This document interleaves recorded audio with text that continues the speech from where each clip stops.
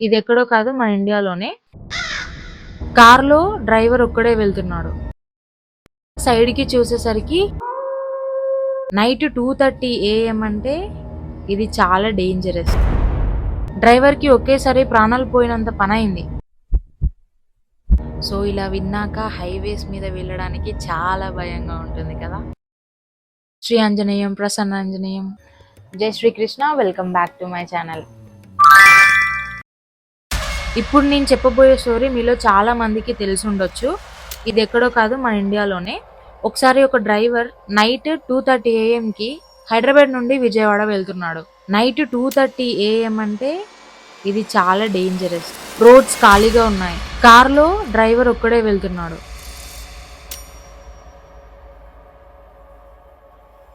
డ్రైవర్కి నిద్ర వస్తుంది కానీ కంటిన్యూస్గా వెళ్తూనే ఉన్నాడు. అప్పుడే లెఫ్ట్ సైడ్ ఒక అమ్మాయి కనిపించింది. ఆమె వైట్ శారీ వేసుకొని హెయిర్ పూర్తిగా ఫేస్ మీద పడిపోయి హెడ్ కిందకి వంచి నిలబడి ఉంది.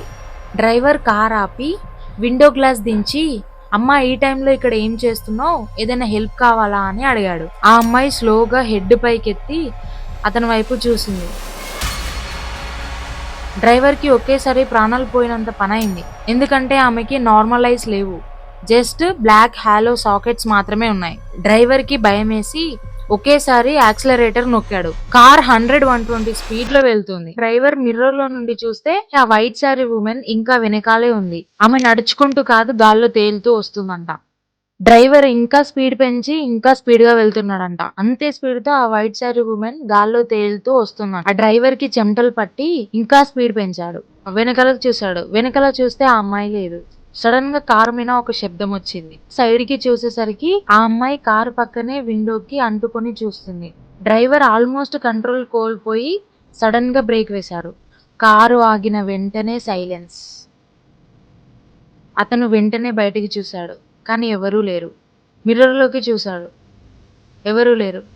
కానీ బ్యాక్ సీట్లో వైట్ శారీ ఉమెన్ కూర్చొని ఉంది.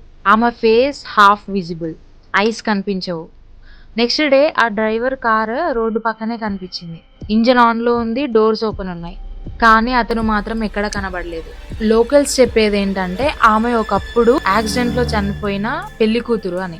ఎవరైనా ఆగి హెల్ప్ చేస్తే వాళ్ళు కూడా తిరిగి ఇంటికి వెళ్ళరని అంటారు.